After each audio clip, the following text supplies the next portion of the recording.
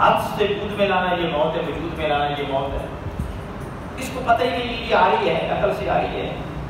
آپ نے فرمایا میرا خدا وہ ہے جو سورج مشرق سے نکالتا ہے مغرب میں غروب کرتا ہے. اگر تو خدائی کا دعوے دار ہے تو ایک دن سورج مغرب سے نکال کر مشرق سے میں غروب تو کر. اب اس کے ہوش اڑ گئے. قرآن کہتا ہے اس کے ہوش اڑ گئے، مبہوت ہو کے رہ گیا.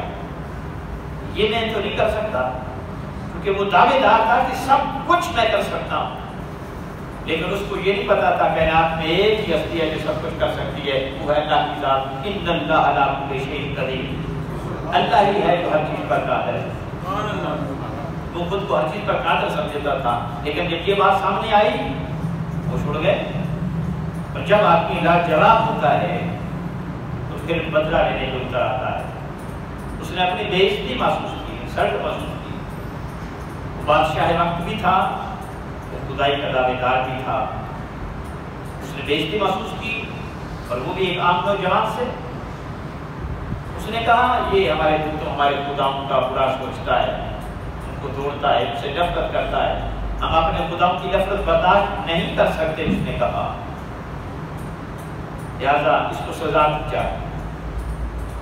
توفیق کا فیصلہ ہو ان کی کابینہ کا کہ سزا دی جائے، اور سزا یہ دی گئی کہ ان کے لیے آگ جلائی جائے. اور آگ بھی بڑی تیز اور سخت ہو کہ اس کی صورت میں بچ نہ سکے. کہتے ہیں 3 مہینے تک آگ جلتی رہی.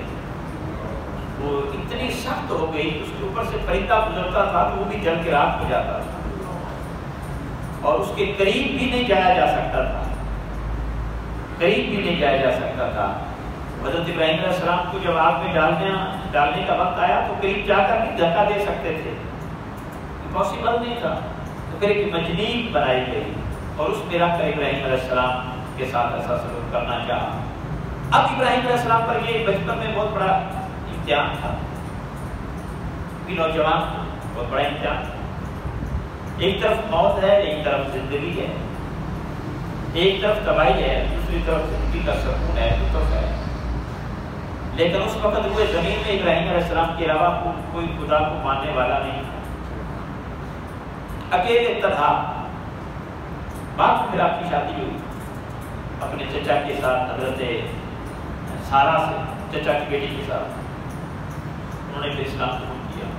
پھر آپ کے بھتیجے لوط علیہ السلام، یہ آپ کے بھتیجے تھے، پھر انہوں نے اسلام قبول کیا یا وہ آگے آئے. اس وقت کوئی نہیں تھا آپ کا ساتھ دینے والا. اس وقت وہ بچے تھے. اس وقت کوئی نہیں تھا آپ کا ساتھ دینے والا. تنہا تھے. اب تنہا ہے اور سامنے ہے کوئی آپ کا دل بہلانے والا بھی نہیں ہے، کوئی آپ کو چھڑانے والا بھی نہیں ہے، کوئی محبت کے بول بولنے والا بھی نہیں ہے، کوئی احساس کرنے والا بھی نہیں ہے. ایسے حالات میں صرف موت ہی موت ہے. پربھو بھی اللہ کی توحید کی سر بلندی کے لیے موت کو گلے لگا رہے ہیں. آپ نے اس وقت بھی نہیں سوچا کہ مجھے کمپرومائز کر لینا چاہیے، مجھے اس سے مذاکرات کرنے چاہیے، مجھے سمجھوتا کر لینا چاہیے کہ میں بھی چھوڑ دوں، میں یہاں سے نکل جاتا ہوں، میں آپ کو کچھ نہیں کہتا. نہیں، غلط ہیں بت غلط ہیں. جنہیں نفع دے سکتے ہیں نہ نقصان دے سکتے ہیں. ابراہیم جان تو دے سکتا ہے، غلط کو غلط کہنے سے باز نہیں آ سکتا. یہ بات، ابراہیم جان تو دے سکتا ہے، غلط کو غلط کہنے سے باز نہیں آ سکتا. تو آج بھی ہمارے لیے سبق ہے کہ جب غلط بات ہو تو جان جاتی ہے تو چلی جائے، لیکن اس پر سمجھوتا کرنے کی اجازت نہیں ہے. یہ میرے ابراہیم علیہ السلام کی سنت ہے. یہ سنتے بھی ہمیں یاد رکھنی چاہیے. جان دینے کے لیے تیار ہو گئے لیکن کمپرومائز نہیں کیا. اس کے سامنے سر نہیں جھکایا. اتنے بڑے عاقب کے سامنے سر اپنے مفاد کی خاطر، اپنی جان کو بچانے کی خاطر نہیں جھکایا. کہتے ہیں محبت والے کہ جب قریب لایا گیا تو 2 صورتیں تھیں. عقل نے کہا ہوگا ابراہیم ہٹ جاؤ، جان جاتی ہے. عشق بولا ہوگا کیا کہتے ہو، جان دے دی ہوئی اسی کی تھی، اب تو یہ ہے کہ عقل آنا. عقل روکتی رہ گئی، سمجھاتی رہ گئی. علامہ کہتے ہیں عقل عیار ہے، 100 بیس بدل دیتی ہے. یہ عشق بیچارہ نہ ملا نہ زاہد نہ حقیق. تو عقل روکتی رہ گئی، سمجھاتی رہ گئی، لیکن عشق بے خطر کن پڑا آتش نمرود میں. عشق عقل ہے محو تماشائے نبی رام نبی. ابراہیم علیہ السلام نے عقل سے کام نہیں لیا، سوچا نہیں نفع نقصان کا.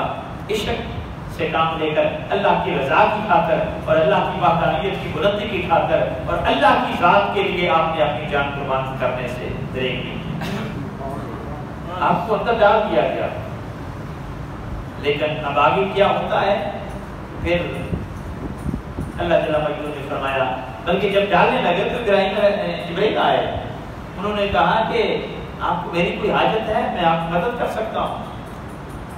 تو فرمایا تمہیں کس لیے بھیجا گیا ہے؟ میں آپ کی مدد کرنے کے لیے۔ تو میرا اللہ مجھے دیکھ رہا ہے، وہ مدد کر دے گا۔ اس وقت جبرائیل سے بھی آپ نے مدد نہیں دی، اور میں جس کے لیے جا رہا ہوں اس کو پتا ہے کہ وہ کیا چاہتا ہے، وہ جو چاہتا ہے اس کے لیے تیار ہے۔ وہ میری موت چاہتا ہے تو میں تیار ہوں، میری حاجات چاہتا ہے تو میں تیار ہوں۔ میں نے اپنا آپ اللہ کے لیے فنا کر دیا ہے، میں نے خود کو خدا کے تابع کر دیا ہے۔ تو اسی لیے پھر کہا وَاتَّخَذَ اللَّهُ إِبْرَاهِيمَ خَلِيلًا، ہم نے ابراہیم کو اپنا دوست بنا رکھا ہے۔ دوستی یہ ہوتی ہے کہ اگر میرا دوست مجھے مارنے پہ راضی ہے تو میں راضی ہوں، میرا دوست مجھے زندہ رکھنے پہ راضی ہے تو میں راضی ہوں، میرا دوست میرے دکھ میں راضی ہے تو مجھے کوئی پرواہ نہیں، میرا دوست میرے سکھ میں راضی ہے تو مجھے کوئی پرواہ نہیں۔ یہ سارے امتحان ملے اور ان امتحانات پر جب پورا اترے تو اللہ نے اعلان کر دیا، لوگوں تمہیں کیا معلوم کہ ابراہیم میرا دوست ہے۔ وَاتَّخَذَ اللَّهُ إِبْرَاهِيمَ خَلِيلًا۔ کسی کے بارے میں قرآن میں ایسے نہیں کہا کہ وہ فلاں میرا دوست ہے، ابراہیم کے بارے میں آیا کہ ابراہیم میرا دوست ہے، میرا خلیل ہے ابراہیم۔ تو آخری نبوت میں خود پڑے کہ اللہ نے فرمایا یا نار کونی بردن و سلام علی ابراہیم۔ اللہ نے ڈائریکٹ پیغام دیا، حالانکہ وہ ڈائریکٹ کام نہیں کرتا، وہ فرشتوں سے لیتا ہے، فرشتوں کو بھیجا تھا مدد کرو۔ ابراہیم نے کہا مجھے کوئی مدد کی ضرورت نہیں ہے، میرا خدا جانتا ہے، میرا تعلق میرے مولا کے ساتھ ہے، وہ مدد کرے گا تو مجھے قبول ہے، نہیں کرے گا تو پھر بھی منظور ہے۔ تو اللہ نے فرشتے کے ذریعے آپ کو گلزار نہیں بنوایا، ڈائریکٹ حکم دیا جہاں نارو کونی بردن و سلام علی ابراہیم، آئے آپ تو ٹھنڈی ہو جا، اتنی ٹھنڈی بھی نہ ہونا کہ میرے ابراہیم کو سردی لگ جائے، بردن و سلام، لیکن سلامتی والی رہنا، میرے ابراہیم کو تکلیف نہ پہنچے۔ پھر جب وہاں سے آپ نکلے تو وہ پھر بھی متاثر نہیں ہوئے، لوگ آپ کو جلا وطن کر دیا، آپ وہاں سے نکلے مصر آئے، مصر میں پھر آپ کی شادی ہوئی اپنے چچا زاد بہن کے ساتھ، وہاں سے پھر آپ فلسطین گئے۔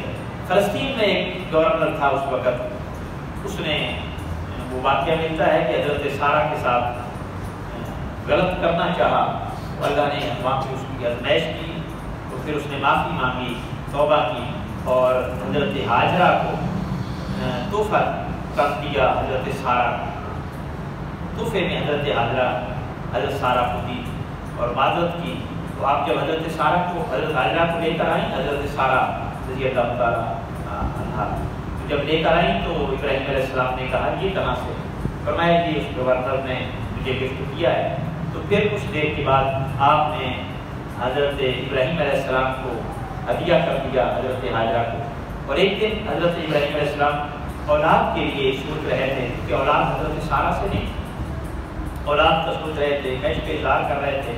تو تب حضرت سارہ نے یہ فیصلہ کیا کہ میں تو میرے ہاں سے تو اولاد ہو نہیں سکتی، میں یہ ہاجرہ کو آپ کی عزت میں کر دیتی ہوں، آپ ان سے نکاح کر لیں، شاید اللہ تعالیٰ ان سے ہمیں اجر دے دے اور اولاد عطا فرما دے۔ پھر ایسے حضرت ہاجرہ کے ساتھ حضرت ابراہیم علیہ السلام کا نکاح ہوا تھا۔ تو پھر وہاں سے آپ کو بیٹا میرا حضرت اسماعیل علیہ السلام اور دوسرے بیٹی حضرت اسحاق علیہ السلام۔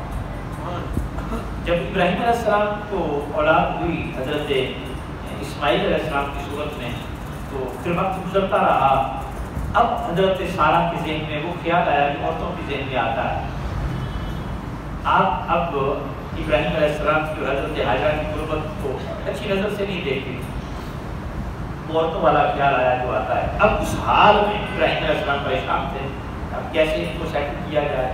اس حال میں پھر اللہ جل مجدہ نے فرمایا کہ آپ حضرت ہاجرہ کو اور اس بیٹے کو وادی غیر ذی زرع میں چھوڑ کر جہاں آپ پکڑا ہے، تو وہاں سے پھر آپ حضرت اسماعیل علیہ السلام کو لیتے ہوئے اس جگہ پہ تشریف لائے۔ بیاباں گیا، جنگل بیاباں ہے، وہاں پہ حضرت حاجرہ کو چھوڑا، حضرت اسماعیل علیہ السلام کو چھوڑا، شیرخوار بچے ہیں ابھی. تو جب واپس پلٹنے لگے ان کو چھوڑ کر تو حضرت حاجرہ پوچھتی ہے ابراہیم ہمیں کہاں چھوڑ کر جا رہے ہو؟ آپ نے کوئی جواب نہیں دیا، دوبارہ سوال کیا، تیسری بار سوال کیا، خاموش رہے. دوڑ کر پیچھے آئیں کہ تم کہاں چھوڑ کر جا رہے ہو؟ میرا یہاں پہ وارث کو پرسانے حال نہیں ہے، یہاں پہ کچھ بھی نہیں ہے. آپ پھر خاموش رہے. حضرت حاجرہ سمجھ گئی کہ لگتا ہے کہ یہ اوپر سے حکم آیا ہے، یہ حکم اوپر سے آیا ہے. پھر حضرت حاجرہ خود کہتی ہیں ابراہیم علیہ السلام یہ اللہ نے حکم دیا ہے آپ کو ہمیں چھوڑنے کا؟ پھر حضرت ابراہیم علیہ السلام نے کہا ہاں یہ میرے مولا نے.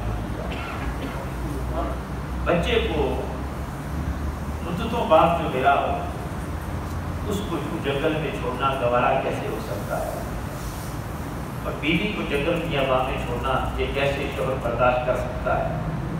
تکلیف تو ہوئی ہوگی، پریشانی تو ملی ہوگی، لیکن دوستی پھر ایسے نہیں ہوتی. دوست کے لیے قربانی دینا پڑتی ہے، دوست کی ازمائش پر پورا اترنا پڑتا ہے. آج ہے تم کسی کو چھوڑے اللہ کی خاطر. ابراہیم علیہ السلام نے بیوی بچے کو اللہ کی خاطر چھوڑ دیا. تو جب کہا نا ہاں یہ اوپر سے حکم آیا ہے کہ میرے مولا نے کہا ہے، پھر حضرت حاجرہ بھی سمجھ گئی. انہوں نے کہا اگر یہ اللہ کا حکم ہے تو پھر اللہ ہمیں نامراد اور تباہ نہیں کرے گا، اللہ ہماری مدد فرمائے گا. پھر وہ واقعہ کہ جب اب دودھ نہ رہا، اب بچہ پریشان ہے، دلک رہا ہے، کھانے کو نہیں ہے، پینے کو نہیں ہے. پھر حضرت حاجرہ پہاڑیوں پر چڑھتی ہیں، کبھی صفا پر کبھی مروہ پر، یہ دیکھنے کے لیے کوئی انسان نظر آ جائے، کسی چیز کا وجود نظر آ جائے اور وہ وہاں سے لے کر بچے کو دوں. پھر واپس آتی ہیں کہ کوئی بچے کو نقصان نہ پہنچا دے. پھر بچہ روتا ہے، پھر جاتی ہیں، پھر دیکھتی ہیں دونوں پہاڑیوں پر چڑھ کر، پھر ادھر بھی توجہ ہے، پھر آتی ہیں بچے کو دیکھتی ہیں، پھر روتا برداشت نہیں کر سکتی، پھر جاتی ہیں. تو ایسے حال میں 7 چکر لگائے تھے حضرت حاجرہ. صفا و مروہ پر اس لیے چڑھتی تھی کہ کوئی آبادی نظر آ جائے، کوئی انسان کسی انسان کا وجود نظر آ جائے، کھانے پینے کی شے مل جائے تاکہ میں بچے کو دے سکوں. اپنا آپ کو بھول گئی تھی اور بچے کی بات دوڑ کر اس لیے آتی تھی کہ بچے کو غذا نہ پہنچا دے، کوئی تکلیف نہ پہنچا دے، کوئی گریتا نہ نقصان پہنچا دے. ادھر بھی دھیان تھا، ادھر بھی دھیان تھا. وہ بڑا مشکل مرحلہ تھا، بڑا مشکل مقام تھا. کبھی ادھر جاتی ہیں کبھی ادھر جاتی ہیں، ماری ماری پھر رہی ہیں بچے کی جان کی خاطر. اور اسماعیل علیہ السلام بلک رہے ہیں، ایڑیاں رگڑ رہے ہیں. تو اللہ جل مجدہ نے ان ایڑیوں سے پانی کا چشمہ پیدا کر دیا جس کو آب زمزم کہتے ہیں. اور آب زمزم کی تاثیر یہ ہوتی ہے کہ یہ پانی کا کام بھی کرتا ہے، غذا کا کام بھی کرتا ہے. یہ آب زمزم کی تاثیر ہے، دودھ کا کام بھی کرتا ہے. اس سے پھر حوصلہ ملا. تو حضرت ابراہیم علیہ السلام کی بیوی حضرت حاجرہ کا صفا و مروہ پر چڑھنا بچے کی خوراک کی تلاش میں یہ اللہ کو بڑا پسند آیا. اللہ جل مجدہ نے فرمایا قیامت تک میں نے حج فرض کیا ہے اور کسی کی اس وقت تک حج قبول نہیں کروں گا جب تک میری بندی حضرت حاجرہ کی سنت پر عمل کرتے ہوئے صفا اور مروہ کی صحیح نہیں کرے. جیسے انہوں نے صحیح کی تھی، دوڑ لگائی تھی، اب جو بھی آئے گا وہ دوڑ لگائے گا. بظاہر تو کچھ نہیں، کسی کا دوڑنا، اس پہاڑ پر چڑھنا، اس پہاڑ پر چڑھنا کیا ملتا ہے؟ اگر اس کو سمجھنے سے قاصر ہے کہ یہ کیا عبادت ہے، اس پہاڑ پر چڑھو اس پہاڑ پر چڑھو، یہ عبادت کیا ہے؟ اس کو عبادت کہتے ہیں دوڑنا. عبادت تسبیح کا نام ہے، ذکر کا نام ہے. لیکن اللہ جل مجدہ نے بتا دیا جو اللہ کے دوست ہوتے ہیں نا، اللہ کے برگزیدہ بندے ہوتے ہیں، ان کی اداؤں پر عمل کرنا بھی خدا کی عبادت بن جاتی ہے. اللہ کے بندوں کی اداؤں پر عمل کرنا بھی عبادت خدا بن جاتی ہے اور اللہ اس کو لازم واجب کر دیتا ہے. یہ صفا اور مروہ کی صحیح حضرت حاجرہ کی سنت ہے. یہ اللہ نے کہا یہ میری نشانی ہے، یہ میری نشانی ہے. تو پھر جب چھوڑ کر چلے گئے تھے ابراہیم علیہ السلام، پھر آتے رہتے تھے، ملتے رہتے تھے. اور پھر جب جوان ہوئے تھوڑے سے حضرت اسماعیل علیہ السلام، پھر اللہ کا تیسرا حکم آ گیا کہ اب ابراہیم کو اسماعیل کو ذبح کرو. قرآن میں ہے قال یا بنی انی ارا، یعنی جب سمجھنے کے قابل ہو گئے تو کہا ایک دن کالا، کہنے لگی ابراہیم علیہ السلام کہنے لگے. اب یہ جو گفتگو ہے ابراہیم علیہ السلام کو اسماعیل علیہ السلام کی آپس میں، یہ نہ بھی ذکر کی جاتی تو کوئی مسئلہ نہیں تھا، لیکن اللہ نے وہ پوری گفتگو آج تک کے لیے زندہ کرتی ہے اور جمع کرتی ہے. قرآن نے اس کو رکھ دیا ہے. وہ گفتگو وہ جو ان کی آپس میں کنورسیشن تھی. ابراہیم علیہ السلام نے کہا قال یا بنی انی اری فی المنام انی اذبحک، اے اسماعیل بیٹا میں تمہیں خواب میں ذبح ہوتے دیکھ رہا ہوں. فانظر ماذا تری، بتا تیرا کیا خیال ہے. کالا، اب سوچنے کا ٹائم دے دیا اسماعیل علیہ السلام نے. حالانکہ یہ ناراضگی بھی ہو سکتی تھی، ابا جان آپ ہمیں چھوڑ کر تو چلے گئے. اولاد اس بات پر ناراض ہو جاتی ہے اور والدین سے بدتمیزی کرتی ہے، بیوی بھی گلا کرتی ہے. یاد رکھ لو، میں پڑھ رہا تھا ایک روایت میں ہے کہ اگر شوہر خلاف شرع بھی کام کر لے، اب اس سے بڑھ کر تو کوئی غلط نہیں ہو سکتا. گھر کے جو معاملات ہوتے ہیں وہ خلاف شرع تو نہیں ہوتے. فلاں چیز نہیں آئی، فلاں چیز نہیں لایا، فلاں کہاں تھا نہیں آئی، یہ تو بڑی معمولی باتیں ہیں. اگر شوہر خلاف شرع بھی کام کر لے، بیوی کو پھر بھی اجازت نہیں کہ بڑی آواز میں بولے شوہر کے سامنے، بلند آواز سے شوہر کے سامنے بولنے کی پھر بھی اجازت نہیں. اگر وہ خلاف شرع بھی کام کر لے، یہاں پہ شرع کیا این شرع کی کام کر دیا جائے تو عورتیں بولنے سے گریز نہیں کرتی. تو یہ عورتوں کے لیے پیغام ہے کہ اپنی آخرت کو برباد نہ کریں، اپنے شوہروں کی تعظیم کریں. یہاں پہ کیا ہے؟ بظاہر خلاف شرع ہے، چھوڑ کر جانا یہ کوئی بات بنتی ہے، لیکن حضرت حاجرہ نے ایسا کام نہیں کیا. جب کہا گیا کہ اللہ کا حکم ہے، انہوں نے کہا ٹھیک ہے، ہاں مجھے قبول ہے. تکلیف برداشت کا بھی لیکن شوہر کی آگے بلند آواز سے بولی نہیں. اور یاد رکھنے بیوی نیک ہو تو اس کے ساتھ وقت گزارنا چاہیے، بد بیوی کے ساتھ بھی وقت گزارنے کی اجازت نہیں. اب اسماعیل علیہ السلام کی زندگی میں ہمیں سبق ملتا ہے. جب اسماعیل علیہ السلام بڑے ہوئے نا تو پھر شادی ہو گئی. حضرت ابراہیم علیہ السلام ملنے کے لیے آئے تو پوچھا کہ اسماعیل کہاں ہے. انہوں نے کوئی توجہ نہ دی، بیوی نے کوئی دھیان نہ کیا، کوئی پانی نہیں پوچھا، کوئی گھر وافیت نہیں پوچھی. کہا کہ وہ کام پہ گئے ہوئے ہیں. آپ نے اس کا انداز دیکھا، انداز گفتگو دیکھا، اس کا اخلاق دیکھا، پسند نہ آیا. کہہ گئے کہ ایک بتا دینا اپنے شوہر کو کہ ایک بزرگ آئے تھے، وہ کہہ رہے تھے کہ اپنی چوکھٹ کو بدل دو، اپنی چوکھٹ کو بدل دو. تو وہ جب شام کو پیغام ملا تو سمجھ گئے کہ یہ میرے باپ ابراہیم کا حکم ہے. اور چوکھٹ کو بدلنے سے مراد یہ ہے کہ اس کو چھوڑ دو. پھر چھوڑ دیا. جب پھر کسی وقت آئے تو پھر پوچھا جو دوسری بیوی تھی کہ اسماعیل کدھر ہے علیہ السلام. انہوں نے پھر بڑی عزت افزائی کی، بٹھایا، پوچھا، پانی پلایا، جو بھی مہمان نوازی ہو سکتی ہے. یہ سارا کچھ کرنے کے بعد پھر بتایا کہ وہ فلاں جگہ پہ گئے. تو پھر آپ دعا دے کر گئے اور کہے کہ آپ کی چوکھٹ سلامت رہے. تو اس سے پتہ چلا کہ بد اخلاق اور بددیانت بیوی کو بدلنا کوئی ناجائز کام نہیں. اپنی زندگی کو جہنم میں رکھنے کی بھی اجازت دی ہے. میرے حضور نے فرمایا ہے کہ دنیا بہترین سامان ہے، اور دنیا کا اس دنیا کے سامان میں سے دنیا ایک راحت ہے. دنیا کا بہترین سامان یہ نیک عورت ہے. اور اگر نیک عورت ہے اس کی دنیا جنت ہے. اور اگر اچھی نہیں ہے، نیک سے مراد شوہر کی تابعداری نہیں کرتی، اس سے بڑھ کر کوئی جہنم نہیں ہے. تو پھر کہا کہ بیٹا کیا خیال ہے؟ فانظر ماذا تری، تیرا کیا خیال ہے، کیا کریں؟ قال یا ابت افعل ما تؤمر ستجدنی انشاءاللہ من الصابرین. تو اسماعیل علیہ السلام کہتے ہیں بجان کر گزریے جو آپ کو حکم ملا ہے. اگر اللہ نے چاہا تو مجھے صبر کرنے والا پاؤ گے. یہ فیضان نظر تھا یا مکتب کی کرامت تھی؟ سکھائے کس نے؟ اسماعیل کو آداب حضرت. پھر ابراہیم علیہ السلام نے لٹا دیا. فلما اسلم وتلہ للجبین، جب آپ نے دیکھا کہ بیٹا مان گیا ہے، وتلہ للجبین، تو آپ نے لٹا دیا. جب لٹا دیا چھری چلا دی. پھر دیکھا کہ ونادیناہ ان جاء ابراہیم قد صدقت الرؤیا. لٹا دیا، چھری چلا دی. اب آپ تو یہ کر رہے تھے، بیٹے کو ذبح کر رہے تھے، ادھر اللہ کی اپنی تدبیر فرما رہے تھے. جب چلانے لگے تو فوری جبریل کو بھیج کر اسماعیل کو ہٹا دیا، تنبا رکھ دیا. آپ نے تو بیٹا سمجھ کر ذبح کر دیا تھا،